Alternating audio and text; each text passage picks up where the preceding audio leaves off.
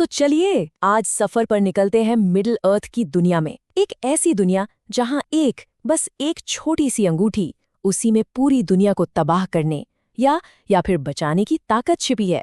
जी हाँ, ये कहानी है the Lord of the rings की। इस पूरी कहानी के केंद्र में आप जानते हैं बस एक ही चीज है, ये अंगूठी।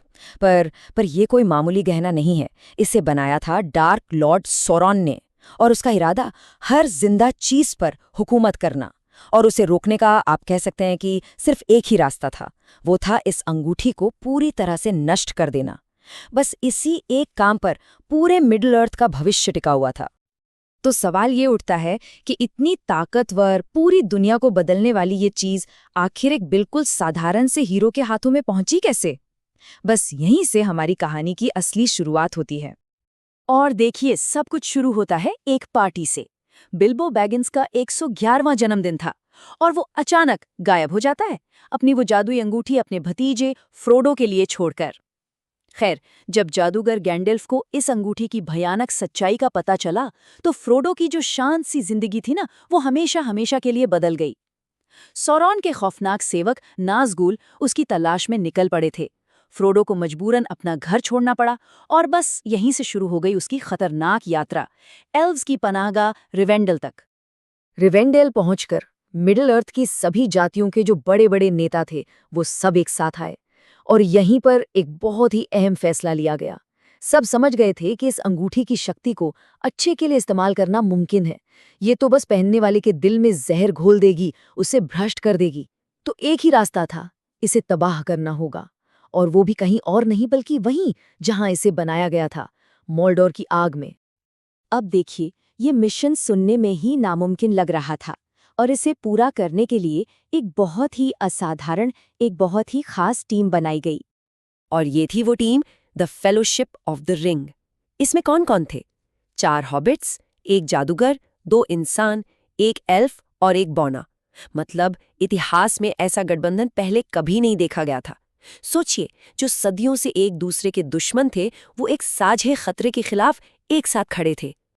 जैसा कि गैलाड्रियल ने कहा था, और ये बात इस कहानी का दिल है, सबसे छोटा व्यक्ति भी भविष्य का रुख बदल सकता है। और ये बात बिल्कुल सच साबित हुई।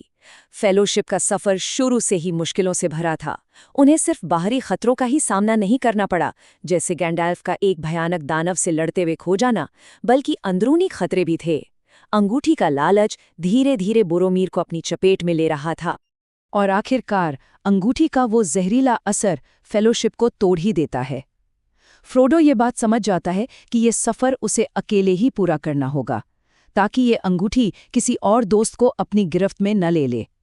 लेकिन उसका वफादार साथी सैम उसे अकेला कहाँ छोड़ने वाला था, और बस वो दोनों अकेले ही दुश्मन के देश मॉर्डोर की ओर निकल पड़ते हैं।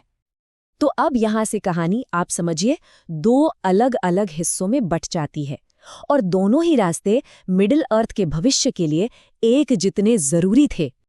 तो देखिए, अब कहानी 2 पटरियों पर एक साथ चल रही है।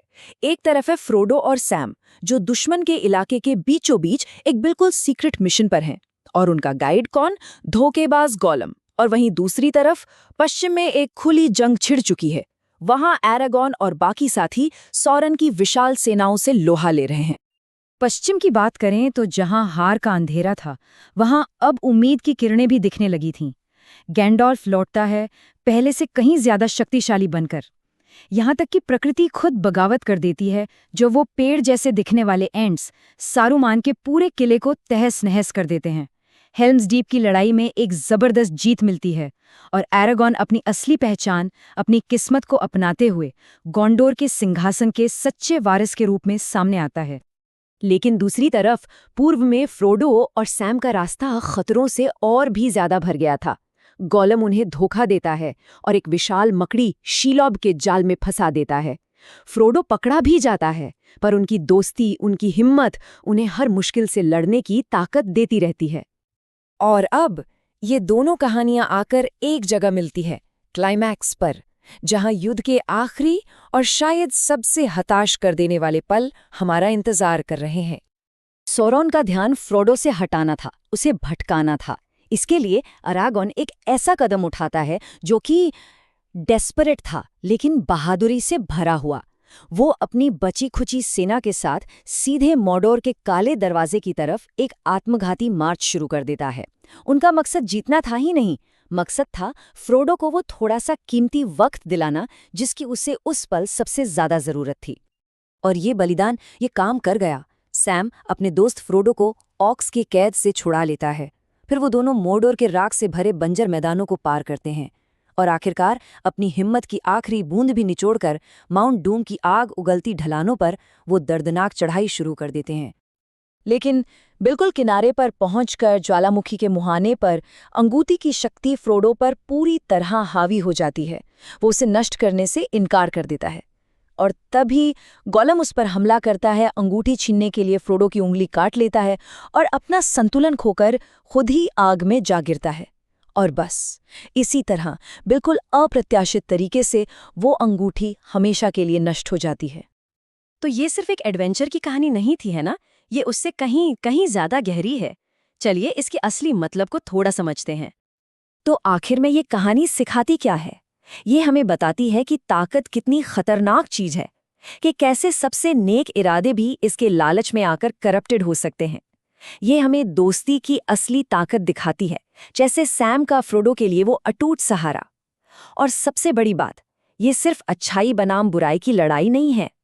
ये दिखाती है कि दया, करुणा जैसे छोटे से काम भी आखिर में सबसे बड़े हथियार साबित हो सकते हैं। अंत में सब ठीक होता है, एरागॉन राजा बनता है, शांति का एक नया दौर शुरू होता है।